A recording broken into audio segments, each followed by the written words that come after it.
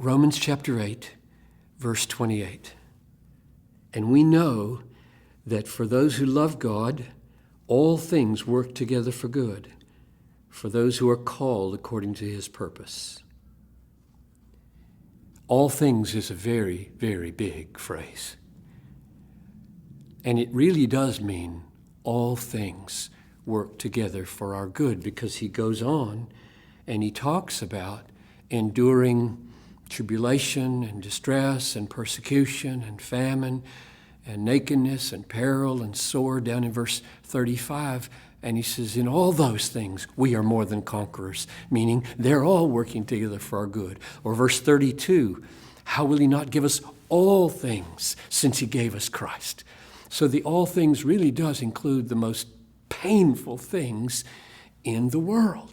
That's why this verse has historically been so precious to suffering Christians. So here's the question.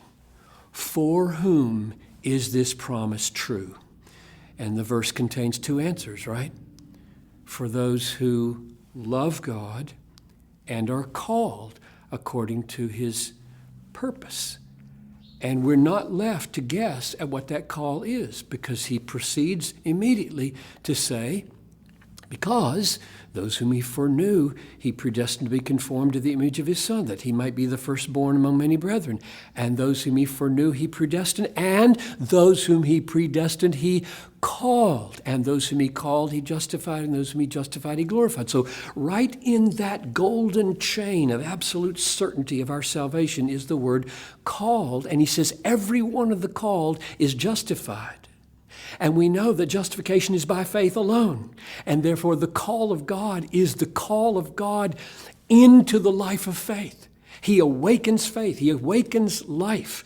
It's like Lazarus. Lazarus, come forth out of the grave. That's the call of God on our life. He raises us from the dead. So if you are called by God, that is, if he has awakened faith and spiritual life within you, it's your verse. And the other qualification is those who love God. And loving God is precisely what happens to you when you are called from death to life. Unbelievers don't love God. They love the world. They love everything but God. But when God sovereignly calls us out of death into life, the life that he gives us is, I love you, God. I love you, Jesus.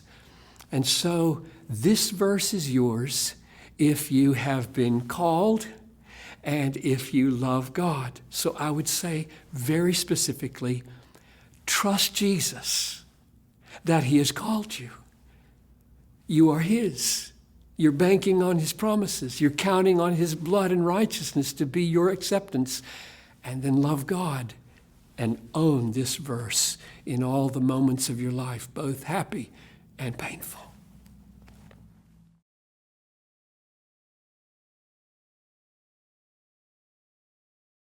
And we know that for those who love God, all things work together for good, for those who are called according to his purpose.